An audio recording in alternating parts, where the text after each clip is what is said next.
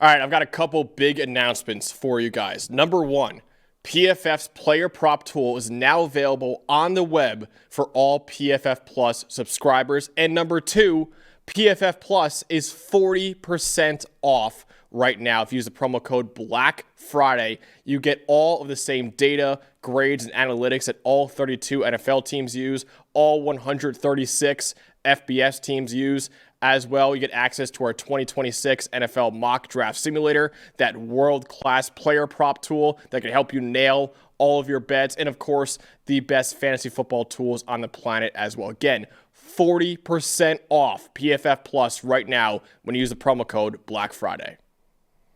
Number 14, Vanderbilt, keeping their playoff hopes alive with a 45-24 win over number 19, Tennessee. Let's go over the highest grade players, starting off with the Vanderbilt Commodores. Highest grade player for Vanderbilt in this game was running back Cedric Alexander, 81.6. Wide receiver Troy Richardson, 76.7. Cornerback Martell Height, 74.7. Safety Marlon Sewell, 74. Cornerback Jordan Matthews, 72.2. And the quarterback Diego Pavia, 80.8. Tennessee, highest grade players. I mentioned before in the preview, they needed Joshua Joseph to have a big game, and he did. 89.7 grade, but it was not enough for Tennessee in this one. The edge rusher, cornerback Ty Redmond, 78. Defensive tackle Bryson Eason, 73.3. Linebacker Jeremiah Thielander, 67.6. Deshaun Bishop, 67.1. And Joey Aguilar, 84.8 grade for him. For the Volunteers. Dalton, what told the story in this game? So when you looked at the last handful of games for Vanderbilt, and as much as Tim Beck wants to run the football, that had really gone away, right? They had one big run from M.K. Young in the Missouri game. They didn't run the ball hardly at all against Texas. Kentucky last week, they only had 80 rushing yards. The difference to me and the amount of balance that Vanderbilt had in this offense this game was their run game. 8.8 yards per carry, 87.2 rushing grade as a team. Obviously, Diego Pavia is a big part of that, but Cedric Alexander getting going again was really big for this offense in this game and their ability to control the ball and hold it for 35 minutes. 317 rushing yards. How about 11 explosive runs? You compare that to Tennessee, 4.4 yards per carry, very average, 3 explosive runs the entire day. It just, especially in the second half, when Vanderbilt got two-dimensional and they figured out what was working in their run game, and Alexander and Pavia were running so hard, running through contact, this version of Vanderbilt with balance, and I know they've scored, 45 points in 3 straight games, I believe it is, but this version where they're two-dimensional is borderline unstoppable, especially now with the way that Pavia is throwing the ball. So just credit to them. Credit to Tim Beck, as always, with the schemes. Pavia's ability to manage it all. The play action was really working in this game, too. And good to see Cedric Alexander have his biggest game of the year in this one. Definitely. I want to talk about the Tennessee offense and really in the second half, just how Vanderbilt just took this game over in the second half. Tennessee's offense was clicking in the first half of this game. They were tied at 21 going into halftime with everything to play for in the second half. They had 230 yards total in the first half with 6 yards per play. Completely fell apart, though, in the second half because Vanderbilt outscored them 24-3 in the second half of this game. Tennessee only had 137 total yards and only 3.7 yards per play. Tennessee, it looked like in the first half we were going to get the shootout that we all expected in the first half, tied at 21 going into halftime.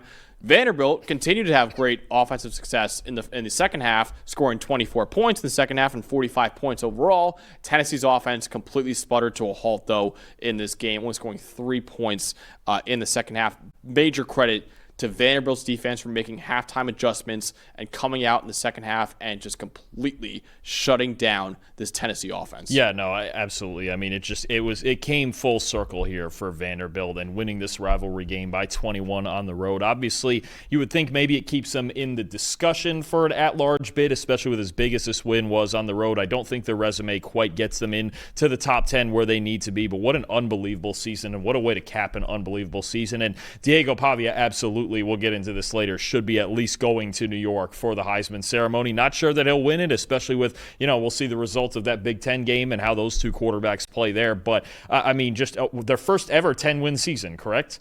I mean, what an unreal season, what an unreal era we've had the last 2 years of Vanderbilt football for, Diego Pavia and Clark Lee getting his extension, Tim Beck, Jerry Kills, everybody involved with this. It's just it feels like for that program, the right way to cap it off is this win. Yeah. Again, a playoff bid seems highly unlikely, but an unreal season. So who do you want to shout out in this win for Vanderbilt? I go back on the ground. Cedric Alexander, 10 carries, 115 yards. That'll do when it comes to efficiency, right? 4 missed tackles, 4 explosive runs.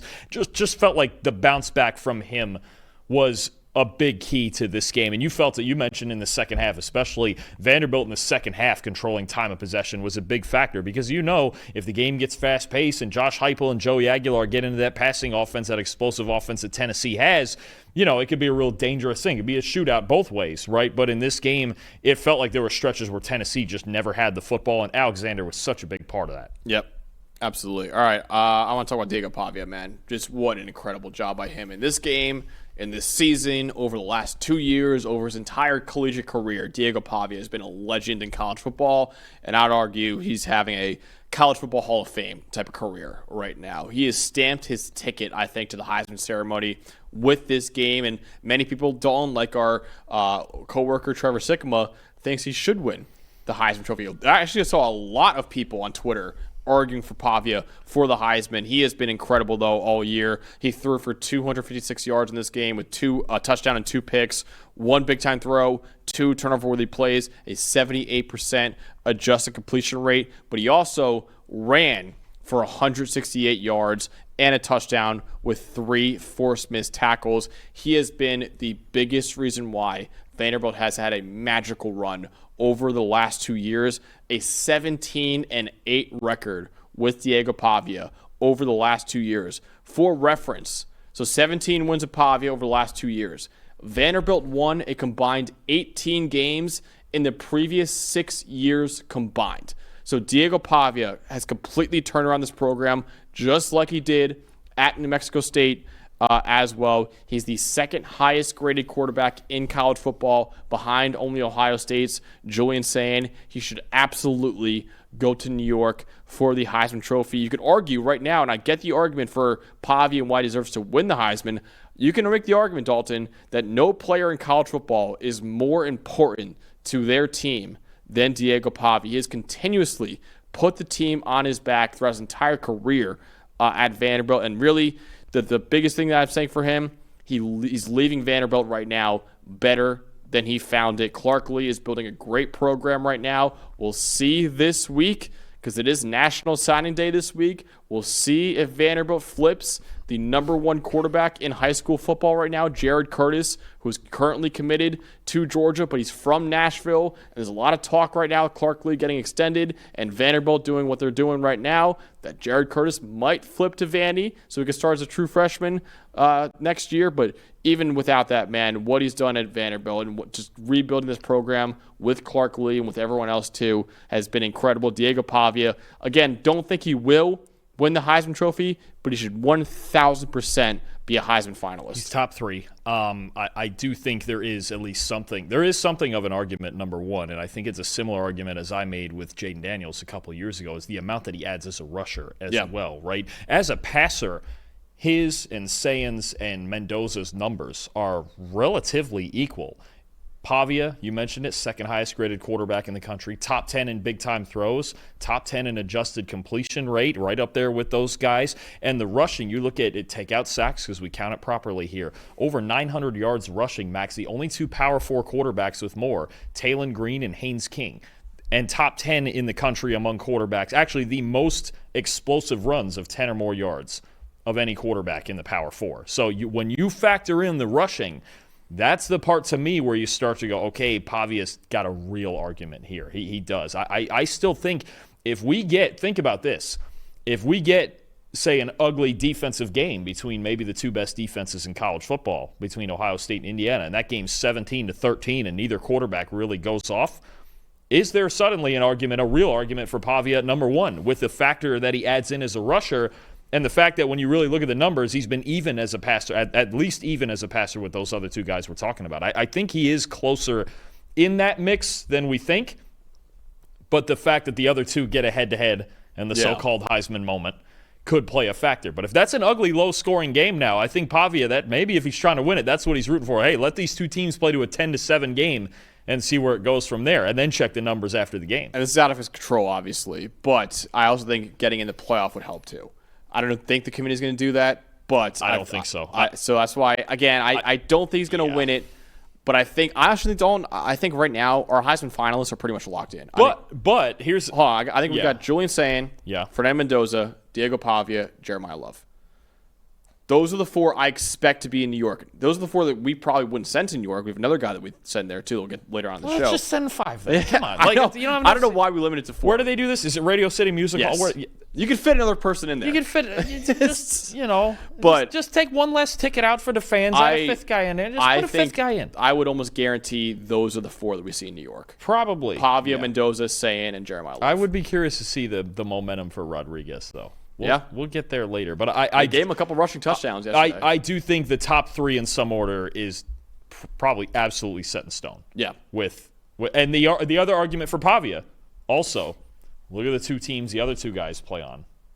And no disrespect to Vanderbilt, but the rosters are nowhere near what Ohio State's and Indiana's are. And we've talked about, the offensive line, the pass protection.